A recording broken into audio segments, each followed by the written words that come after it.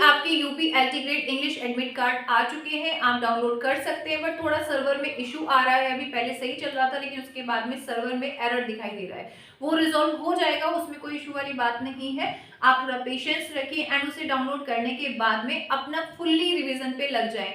बहुत कुछ यूट्यूब पर चल रहा है, बहुत कुछ डिस्ट्रैक्ट करने के लिए आपको है, लेकिन आपको क्या पढ़ना है? आपको सिर्फ वो पढ़ना है, वो रिवाइज करना है इन 9-10 दिनों के अंदर, स्पेशली 9 डेज ही आपके पास है अगर प्रॉपरली हम कहें तो यहाँ पर आपका जो सिलेबस में मेंशन है, एक एक चीज बहुत अच्छे से डिफाइन करके सिलेबस दिया हुआ है आपका। यूपी एलटी ग्रेड इंग्लिश का एग्जाम जो है आपका, तो एक एक चीज उन्होंने लिख के दी है, तो आपको पढ़ना तो है। आपके टीचर्स, हम लोग प्रॉपर आपको, जैसे अभी संडे है, पूरा करंट अफेयर रिवाइज कराया जाएगा। इसके अलावा आपके जो 120 का सेट है अब आपको लाइव भी कराया जाएगा, ठीक है। इसके अलावा आपके मॉक टेस्ट भी अवेलेबल हैं, ये चीज तो आप कर ही रहे हैं। इसके अलावा आपको क्या करना है कि जो भी चीजें आपके सिलेबस में मेंशन है, अब तक आपके नोट्स रेडी हो गए सब चीजों के, तो ये लिटरेरी फॉर्म्स जो जो इन्होंने मेंशन किए हैं, चाहे सोनेट हो, एलेगरिक हो, बैलेड हो, इसके अलावा प्रोज की फॉर्म्स, ड्रामा की फॉर्म्स, जो जो यहाँ पर मेंशन है। इसके अलावा इन्होंने कुछ मूवमेंट्स भी मेंशन किए स्पेसिफिक, तो इन सबको आपको खुद भी रिवाइज करना है।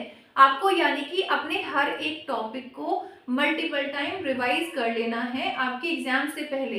ऐसा ना हो कि कोई टॉपिक जो हो आप अपने आप से टच ही ना करें, कोशिश करें ये सोचें कि सब टीचर ही कराएंगे।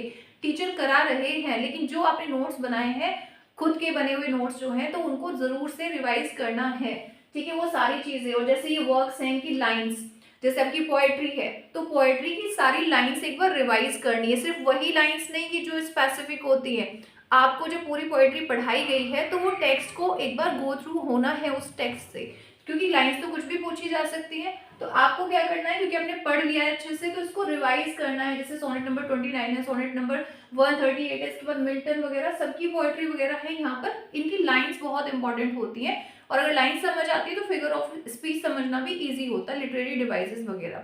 इसके बाद जब आपका ड्रामा सेक्शन आप करोगे तो उनमें ना कैरेक्टर सेटिंग्स वगैरह ये चीजें जरूर ध्यान रखना, सोर्स वगैरह उनको अच्छे से रिवाइज करके रखना है। और जब आप अपने ऐसे वगैरह को पढ़ोगे तो वहां भी जो लाइन्स वगैरह लिखी गई हैं वो भी इंपॉर्टेंट होती है पोएट्री की तरह ही। छोटे होते हैं, इससे ज्यादा बड़े तो होते नहीं है ड्रामा की तरह, तो वहां पर आपको ये करना है।